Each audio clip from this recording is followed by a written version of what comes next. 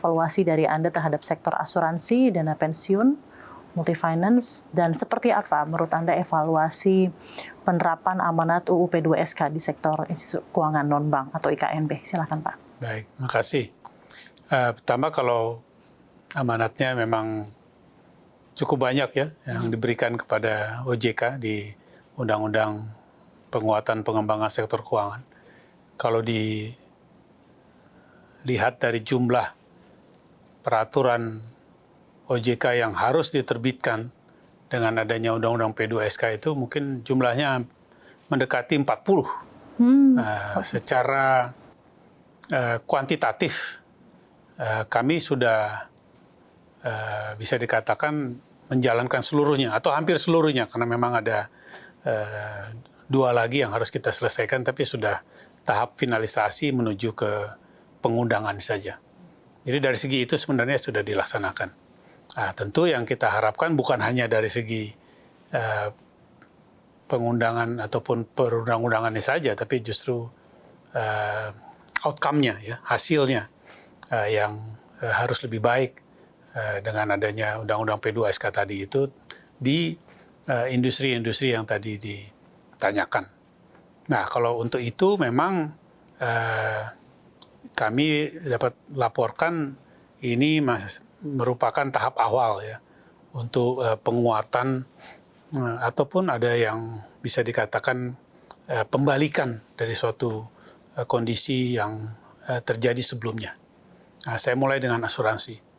Untuk asuransi di waktu kami masuk sebagai anggota Dewan Komisioner di OJK ini di paruh kedua 2022, memang bisa dikatakan asuransi mengalami keterpurukan dari segi confidence ataupun kepercayaan masyarakat, trust masyarakat kepada industri asuransi, karena terjadi beberapa kasus besar yang melanda industri asuransi.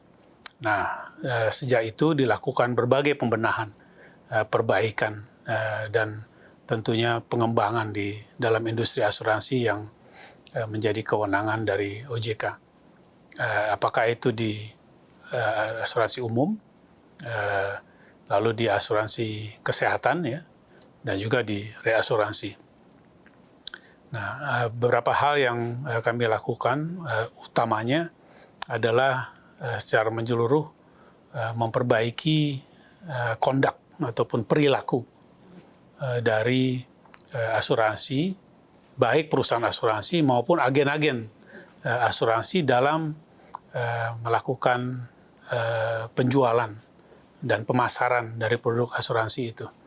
Tidak dibenarkan lagi untuk mis-selling, ya, atau misleading, dan juga berbagai langkah sekedar untuk memperoleh target peningkatan penjualan produk asuransi, tapi dengan mengorbankan kepentingan dan tentu kepercayaan dan kemampuan dari konsumen, dalam hal ini para pemegang atau calon pemegang polis, untuk memahami produk yang ditawarkan.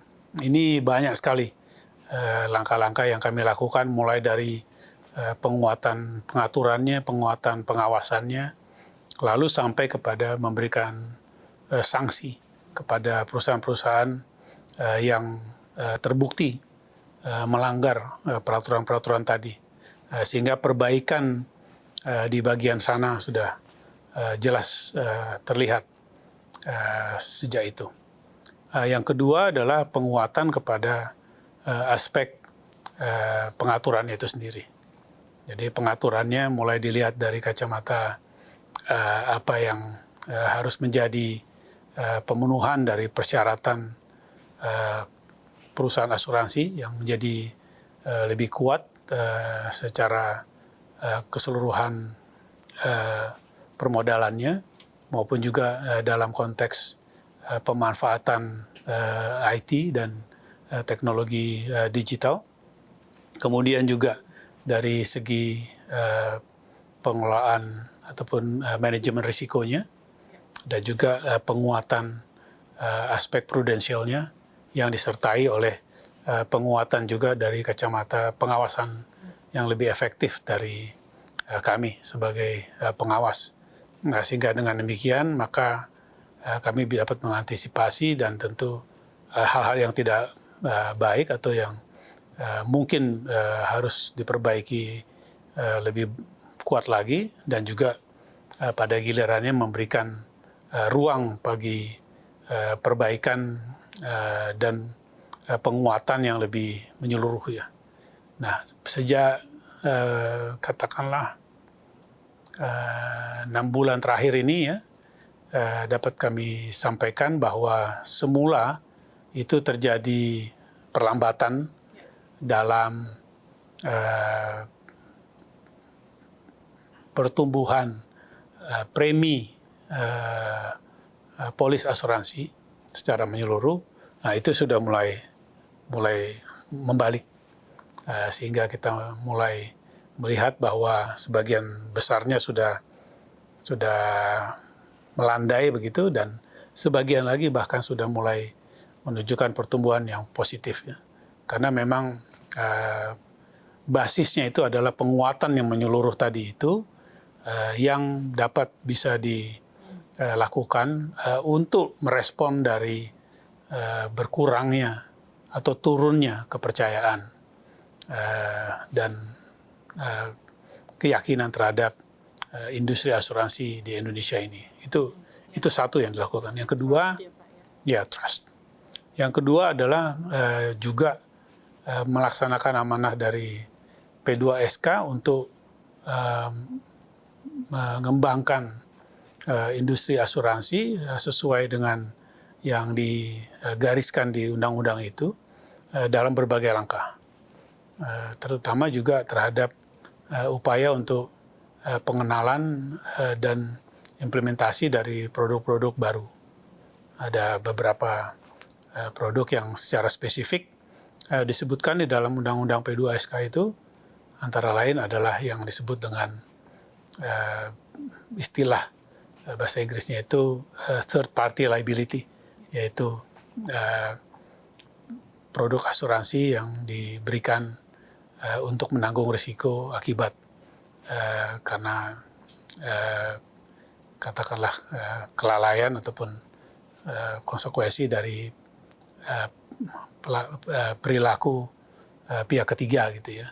Seperti misalnya untuk asuransi kendaraan bermotor bagi semua pemilik kendaraan bermotor. Nah, ini sebenarnya adalah amanah dari Undang-Undang P2SK yang memang kami sedang upayakan untuk bisa dilakukan secara konsisten terhadap hal itu. Kami akan terus untuk lakukan dan kolaborasikan juga dengan pemerintah dan kementerian lembaga terkait ya. Jadi ada beberapa hal di situ yang ingin kami dorong, dan sebaliknya juga kami ingin melihat industri asuransi berkembang dan dapat meningkatkan minat lebih besar lagi bagi mereka yang berada di dalam industri asuransi saat ini, maupun juga yang memiliki minat untuk masuk dan investasi di asuransi. Jadi itu kalau dilihat dari segi tingkat pertumbuhan, memang kami tidak ambisius lah untuk asuransi ini di kisaran 4-5% ya, dan kami berharap itu bisa dicapai sesuai dengan target pada keseluruhan tahun ini. Di industri pembiayaan, memang ini agak penuh tantangan, terutama karena industri pembiayaan atau apa yang biasa kita kenal dengan multi finance itu di Indonesia terkait erat dengan perkembangan produksi dan penjualan otomotif, baik mobil maupun motor. Dan kita lihat penjualan otomotif secara menyeluruh di Indonesia sejak tahun lalu, dan juga nampaknya masih terasa di tahun ini, itu turun. Ya. dan bahkan turun cukup tajam, sehingga konsekuensinya adalah pertumbuhan dari industri pembiayaan atau multi finance spesifiknya itu dua tahun ini ya, atau 1,5 tahun lah, tahun lalu dan setengah tahun di tahun ini nampaknya akan berada di kisaran ya 5%-an lah gitu.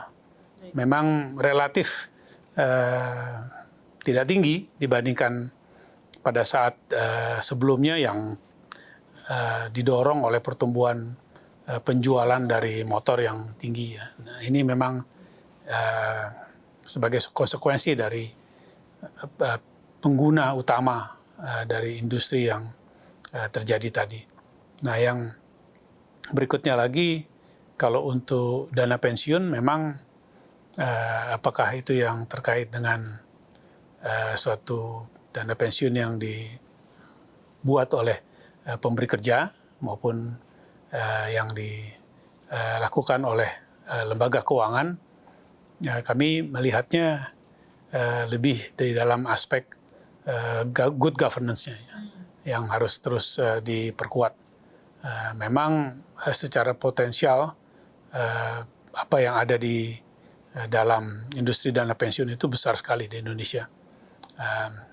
Yang harus dilakukan adalah tentu penguatan kepada tata kelola dari dana pensiun yang ada di Indonesia ini, sehingga juga baik dari segi pelayanannya kepada anggota yang menjadi tentunya pembayar iuran dari dana pensiun tadi, maupun juga dari segi pengelolaan dananya diinvestasikan ke berbagai bentuk produk investasi untuk dapat terus ditingkatkan kualitas pekerjaannya maupun juga kompetensi dari SDM-nya. Karena banyak sekali kami melihat bahwa para pengelola atau pengurus dari dana pensiun ini sebenarnya belum memiliki kompetensi dan kualifikasi yang tepat. Nah, ini kita masuk betul-betul untuk meyakinkan bahwa hal itu dapat dipenuhi dalam waktu cepat, sehingga perbaikan yang menyeluruh itu bisa dilakukan sampai ke tingkat di masing-masing dana pensiun tadi.